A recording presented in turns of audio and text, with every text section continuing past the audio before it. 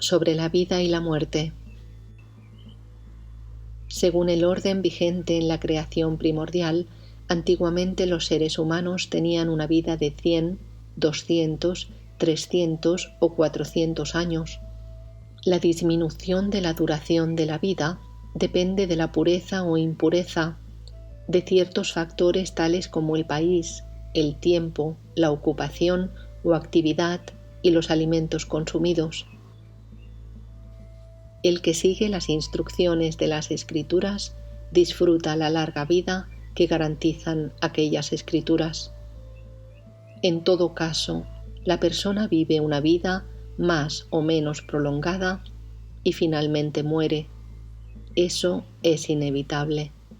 La iluminada Lila dijo: «Ten la bondad de ilustrarme en lo que se refiere a la muerte, si es agradable o desagradable, y qué sucede después». Sarasvati respondió: «Hay 3 modos de experienciar la muerte que se corresponden con otros 3 tipos de seres humanos: el loco, el que sigue las prácticas religiosas, y el yogi. Los 2 últimos tipos de seres humanos abandonan el cuerpo por la práctica del yoga de la meditación y mueren dulcemente y por su propia voluntad. Pero el loco, que no practica la concentración ni la meditación, está a merced de las fuerzas externas y cuando se aproxima la muerte experimenta una gran angustia. Ese insensato experimenta en su interior una terrible sensación de calor y su respiración se torna fuerte y agitada. Su cuerpo cambia de color y su mente se sumerge en una densa oscuridad y ve estrellas aunque sea de día. Se siente mareado y confuso y su posición parece invertirse. Ve la tierra como el espacio y el cielo como si fuera tierra sólida. Experimenta toda suerte de sensaciones delirantes, como estar cayendo contra un muro, entrando en una piedra, conduciendo un vehículo a gran velocidad, disolviéndose como la nieve, arrastrándose como una serpiente, volando como una hoja seca y cosas por el estilo. Desea expresar su sufrimiento, pero no es capaz de hacerlo, y eso aumenta su angustia y su confusión. Paulatinamente siente que va perdiendo fuerza y es incapaz hasta de pensar. Finalmente se hunde en la oscuridad y en la estupidez más absolutas. La iluminada Lila preguntó entonces: si cada persona posee 8 miembros, ¿por qué experimenta tanta angustia en su agonía? Sarasvati contestó: ese es el orden establecido desde el comienzo de la creación por la conciencia infinita. Cuando el aliento llamado prana no circula libremente por el cuerpo, la persona deja de vivir. Pero todo esto es imaginario. ¿Cómo puede la conciencia infinita dejar de ser? La persona no es nada más que conciencia. ¿Quién es el que muere? ¿A quién pertenece esta conciencia y de qué modo la posee? Aunque millones de cuerpos mueran cada día, esta conciencia sigue existiendo sin modificación posible. La iluminada Lila añadió: continúa tu aguda enseñanza sobre el nacimiento y la muerte. Escuchándote, siento que mi sabiduría se hace cada vez más profunda y clara. Sarasvati continuó su discurso. Cuando se produce esa cesación del flujo del aliento o prana, la conciencia individual queda completamente inactiva. Debes recordar, Lila, que la conciencia es pura, eterna e infinita. Nunca comienza a ser ni deja de ser. Está en todas partes, en las criaturas animadas e inanimadas, en el cielo, sobre las montañas, en el fuego y en el aire. Cuando el aliento cesa, se dice que el cuerpo está muerto o inerte. El prana vuelve a su fuente, que es el aire, y la conciencia liberada de la memoria y las tendencias latentes permanece en el ser. Esta sutil partícula atómica sujeta por la memoria y las tendencias latentes o vasanas, se conoce como jiva y permanece en el mismo sitio en donde queda el cuerpo muerto. También se le llama pretarasta o almas muertas. El jiva abandona en ese momento sus ideas y todo lo que ha visto hasta entonces y percibe otras cosas como si soñara despierto. Después de una pérdida momentánea de conciencia, el jiva comienza a imaginar que tiene otro cuerpo, que ve otro mundo y que experimenta otra vida. Hay 6 categorías de pretas: malos, perversos y los peores pecadores, buenos, piadosos y los más virtuosos entre los mejores. En el caso de los peores pecadores, la pérdida de conciencia puede durar mucho tiempo. Los pecadores intermedios también sufren una pérdida de conciencia considerable y luego nacen como gusanos u otros animales miserables. Los menos pecadores renacen pronto como seres humanos. Los hombres virtuosos ascienden al cielo y disfrutan allí de otra vida excelente. Luego vuelven a nacer en buenas familias de este mundo. Los medianos entre los buenos van a la región de los seres celestiales y vuelven a la tierra como hijos de brahmanes u otros seres virtuosos. Los que han llevado una vida correcta, después de disfrutar de experiencias agradables, van a las regiones de los héroes a sufrir las consecuencias de las escasas injusticias que han podido cometer en vida. En ese periodo, las almas muertas experiencian los resultados de sus acciones pasadas. Primero tienen la idea de estar muertos y luego piensan que están siendo dirigidos por los mensajeros de llama. Los que han llevado una vida virtuosa imaginan que son transportados a los cielos, mientras que los simples pecadores imaginan que están en la corte del dios de la muerte, en donde, con la ayuda de Chitragupta, van a ser juzgados y sentenciados por su vida pasada.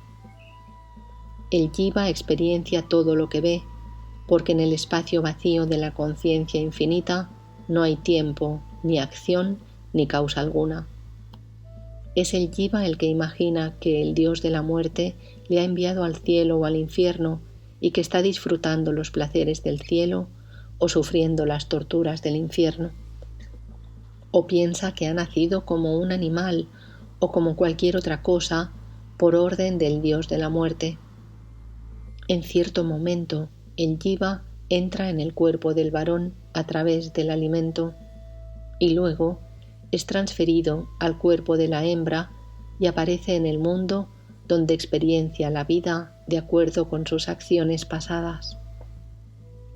Vuelve a crecer y a disminuir como la luna y sufre de nuevo la vejez y la muerte.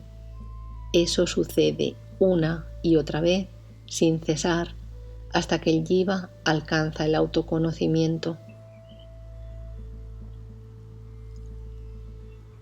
El origen del mundo creado. La iluminada Lila preguntó: ¿Tienes la bondad de decirme, querida diosa, cómo comenzó el alma en un principio a sufrir este infausto sueño? Sarasvati respondió: Ya hemos dicho que aunque la conciencia es la única realidad existente, cuando se manifiesta a sí misma como objeto, parece tomar todas las formas del mundo creado. Cuando el prana penetra en el cuerpo y comienza a vibrar en sus órganos internos, se dice que el cuerpo está vivo. Todos los cuerpos existen, pues, desde el principio de la creación. Si en ellos no vibra el prana, se conocen como árboles o plantas. Este pensamiento o prana, al entrar en los cuerpos, da el ser a los diferentes órganos, como los ojos, etc. La conciencia toma siempre la forma que lo está pensando. Por tanto, este ser conciencia, o Sat Chit, existe en todos los cuerpos como movimiento en los animados y como inercia en los inanimados. Y estos cuerpos pensados por la conciencia existen desde el principio y continúan existiendo hasta este momento. Donde este pensamiento, que es parte de la conciencia infinita, imagina ser un árbol, se convierte en un árbol. Donde una roca se convierte en roca, donde hierba se convierte en hierba, y así sucesivamente. En este sentido no hay ninguna diferencia entre lo consciente y lo inconsciente, entre lo inteligente y lo inerte. Entre las substancias no hay diferencia alguna, porque la conciencia infinita es exactamente igual en todas partes. La misma conciencia se conoce con nombres distintos en todas las sustancias, según se identifique con gusanos, hormigas, pájaros u otros pensamientos. En la conciencia no hay comparación ni diferencia entre las sustancias. Lo mismo que la gente que vive en el Polo Norte no conoce a la que vive en el Polo Sur y en consecuencia no se compara con ella. Cada sustancia determinada como tal por el pensamiento existe por sí misma sin diferenciarse ni compararse con las otras substancias. Establecer diferencias entre ellas, como consciente o inconsciente, es como si una rana que nace sobre una roca considerara diferente a otra rana que ha nacido lejos de la roca. El pensamiento que forma parte de la conciencia infinita está en todas partes. Lo que este pensamiento pensó de sí mismo existe desde el principio de la creación y permanece siempre igual. La conciencia se piensa primero como akasha, luego como aire en movimiento, después como cosas inertes y más tarde como seres conscientes. Pero esta sucesión no es nada más que una ilusión del pensamiento y tampoco es real, querida Lila, aunque parezca real a la mente del que lo piensa y se piensa a sí mismo como una mente real.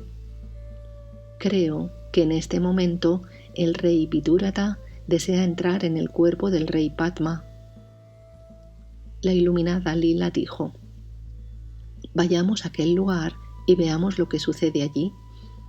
Sarasvati dijo: «Sintonizando con el ego del corazón de Padma, Vidurata imagina haber ido a otro mundo.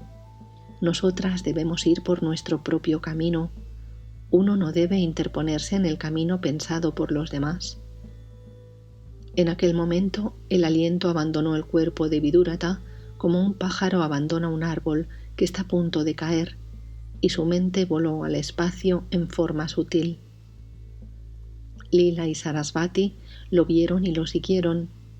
En pocos minutos, cuando el periodo de inconsciencia post-mortem llegó a su fin, aquella forma sutil recuperó su consciencia y el rey fallecido vio los ritos funerarios dispuestos por sus parientes en su honor.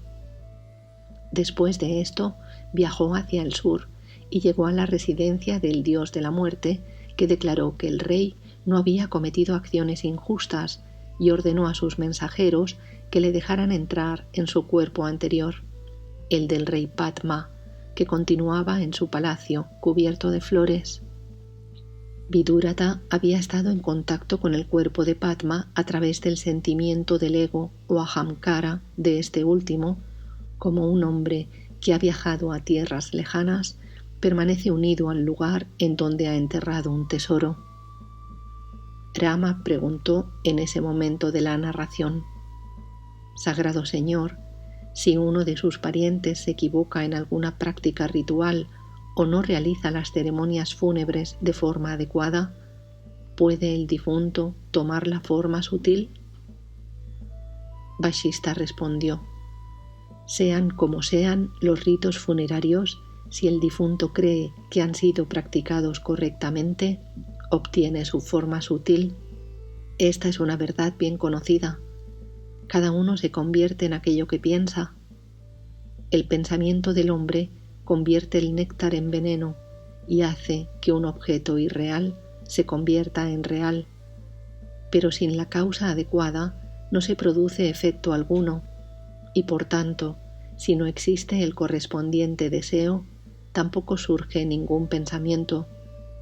Por consiguiente, nada ha surgido ni ha sido creado jamás por la infinita conciencia incausada que permanece siempre en sí misma, inmóvil y tranquila. Si los ritos funerarios son realizados por los parientes con una fe adecuada, son de gran ayuda para el alma muerta, a menos que haya sido muy cruel y depravada en su vida anterior. Como dije, Lila y Sarasvati entraron en el fastuoso palacio y llegaron a la habitación donde estaban embalsamando entre flores el cuerpo de Padma. Los sirvientes reales estaban todavía dormidos. Sentada junto al cadáver de su esposo, vieron a la segunda Lila que abanicaba con devoción al rey. Ella no podía verlas. En ese momento, Rama preguntó a Vashista: «Dijiste que la primera Lila había dejado temporalmente su cuerpo al lado del rey y había viajado en su cuerpo sutil con Sarasvati, pero ahora no se menciona para nada el cuerpo que dejó aquella primera Lila junto al cadáver de Padma». Vasishta contestó: «Cuando la primera Lila obtuvo la iluminación, la fantasía egótica de su cuerpo sutil abandonó su vínculo con aquella forma física y ésta se derritió como un montón de nieve. De hecho, solo era la fantasía ignorante de Lila la que mantenía vigente aquel cuerpo material. Es como si uno sueña que es un ciervo y cuando despierta ve que el ciervo ha desaparecido. ¿Se pone entonces a buscarlo? En la mente del ignorante, lo irreal se manifiesta espontáneamente, pero cuando la ignorancia ha sido eliminada, no se mantiene esa imaginación ni un solo instante. La convicción ficticia de que lo irreal es real se arraiga profundamente en la mente humana por la reiterada imaginación del mismo hecho. Podemos cambiar de cuerpo sutil sin destruir el primero, igual que en un sueño podemos tomar varias formas sin abandonar la primera. El cuerpo de un yogi es absolutamente sutil e invisible, aunque parezca visible a los ojos del ignorante que lo contempla y piensa que está vivo o está muerto. Porque, ¿dónde está el cuerpo que existe y muere? Lo que es no puede dejar de ser. Lo que aparece en un momento y se desvanece más tarde no es más que una ilusión». Rama preguntó: «Señor, ¿cómo se transforma el cuerpo físico del yogi en un cuerpo sutil?» Vasishta respondió: «¿Cuántas veces tendré que repetírtelo, Rama, hasta que consigas entenderlo? Lo único que hay es un cuerpo sutil que parece unido a un cuerpo físico por la reiterada imaginación de cada cual. El yogi iluminado en vida ya no piensa como el ignorante que tiene un cuerpo físico y por tanto deja de percibirlo como tal. El cuerpo físico solo es la creación de la fantasía del ignorante y carece por completo de realidad. No hay ninguna diferencia entre ese cuerpo y la ignorancia, avidya. Pensar que hay dos cuerpos es precisamente el samsara. Como te iba diciendo, Sarasvati había impedido hasta aquel momento que el cuerpo sutil de Vidurata entrara en el cuerpo del difunto Padma, y la iluminada Lila preguntó al respecto: «¿Cuánto tiempo ha transcurrido desde que me senté al lado del cuerpo de mi esposo y entré en contemplación?» Sarasvati replicó: «Hace un mes que iniciaste tu contemplación. Durante los primeros 15 días, tu cuerpo se evaporó a causa del calor generado por el pranayama. Quedó como una hoja seca, rígido y frío, de forma que los ministros creyeron que también habías muerto y lo incineraron. Ahora, conforme a tu voluntad, apareces aquí en tu cuerpo sutil. Has perdido todos los recuerdos del pasado y las tendencias latentes acumuladas en anteriores reencarnaciones.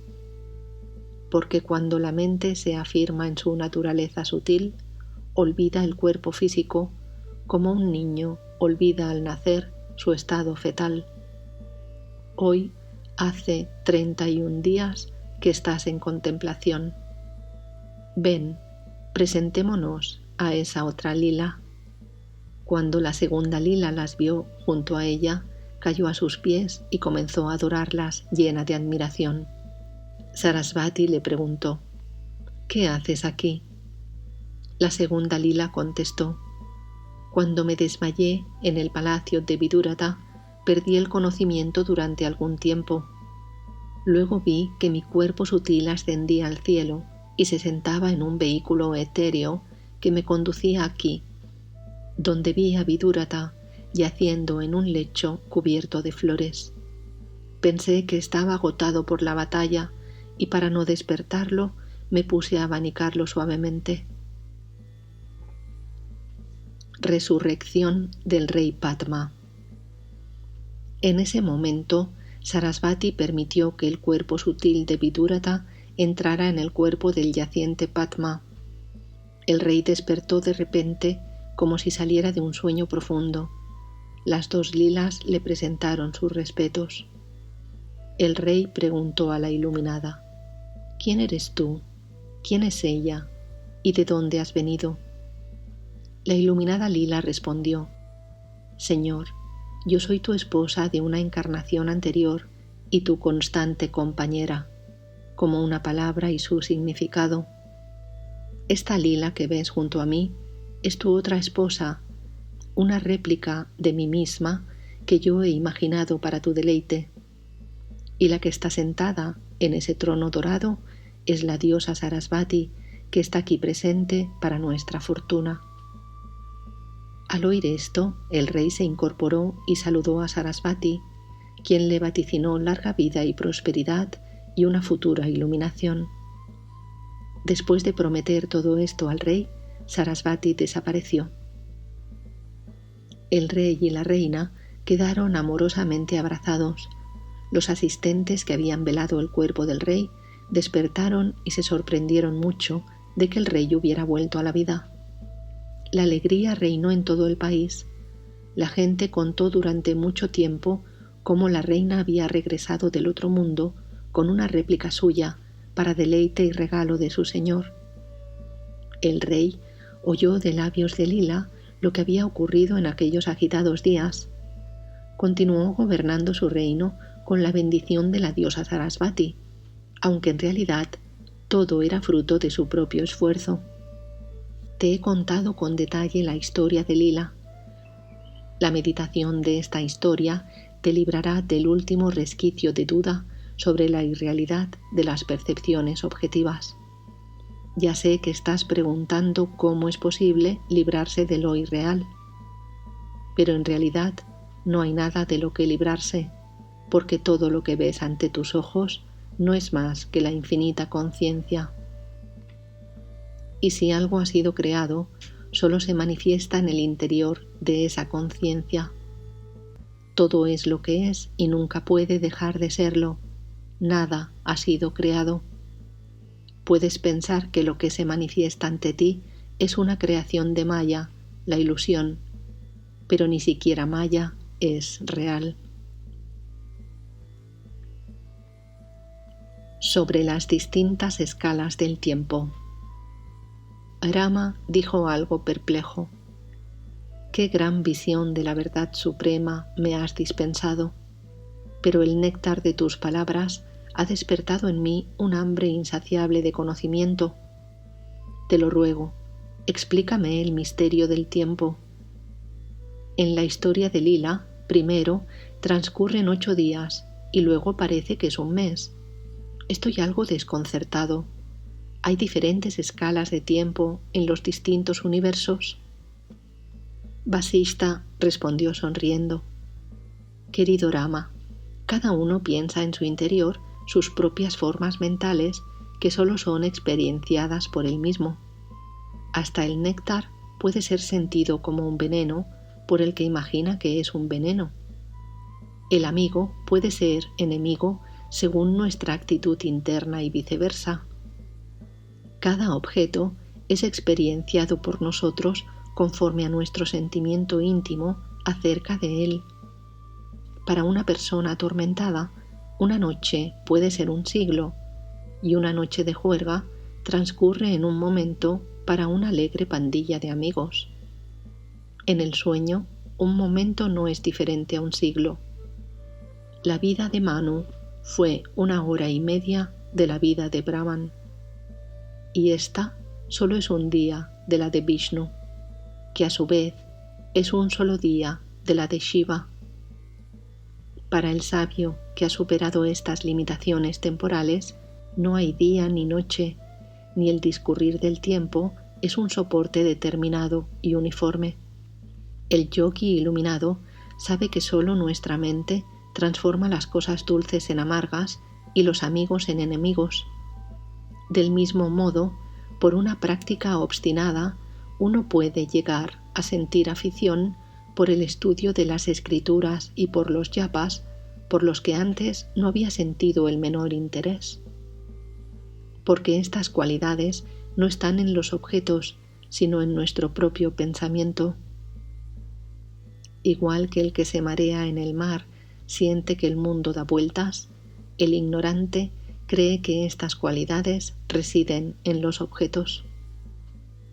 Un hombre borracho ve un espacio vacío donde hay un muro sólido y compacto, y un duende inexistente puede matar a una persona sugestionable. El mundo no es más que una vibración de conciencia en el akasha infinito. Solo existe como un duende parece existir a los ojos del ignorante. No hay contradicción alguna entre la conciencia infinita y la aparente existencia del universo, pues Maya es el maravilloso sueño que siente una persona despierta. Los árboles, Rama, pierden sus hojas en otoño y en primavera proyectan nuevas hojas idénticas a la del año anterior. La creación existe todo el tiempo en la conciencia como algo idéntico, pero no lo vemos así como no vemos en todo momento la liquidez del oro. El creador de una época alcanza la liberación cuando esa época llega a su fin, y el creador de la época siguiente proyecta un nuevo universo de su memoria, pero ambos no son otra cosa que la conciencia infinita. Rama insistió algo desconcertado. Pero Señor, ¿cómo es posible que el rey y sus súbditos experimentaran los mismos acontecimientos? Vasishta contestó: eso ocurre así, Rama, porque el pensamiento de todos los jivas se fundamenta en la conciencia infinita. Los súbditos también pensaban que él era su rey.